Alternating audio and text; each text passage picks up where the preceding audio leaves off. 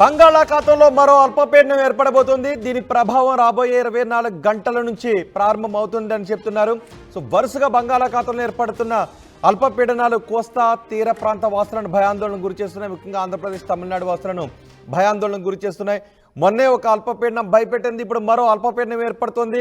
మొన్న ఒక అల్పపీడనం, అంతకుముందు తుఫాను, ఇప్పుడు మరో అల్పపీడనం. రాబోయే 24 గంటల్లో బంగాళాఖాతంలో మరో అల్పపీడనం ఏర్పడబోతోంది.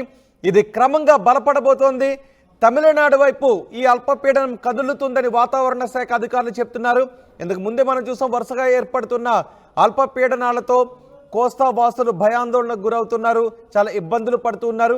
ఇప్పుడు మరో అల్పపీడనం ఏర్పడుతుంది. దాని ప్రభావం ఎలా ఉంటుంది, ఎటువైపు కదులుతుంది, ఎక్కడ తీరాన్ని తాకుతుంది, తీరాన్ని దాటే సమయంలో ఏం జరుగుతుంది, ఎలాంటి తుఫాన్గా ఇది మారే అవకాశం ఉంటుందనే భయం వ్యక్తమవుతుంది. ఇది క్రమంగా బలపడుతూ తమిళనాడు వైపు కదులుతోందని వాతావరణ శాఖ అధికారులు చెప్తున్నారు. దాని గమనాన్ని నిశ్చితంగా పరిశీలిస్తున్నారు.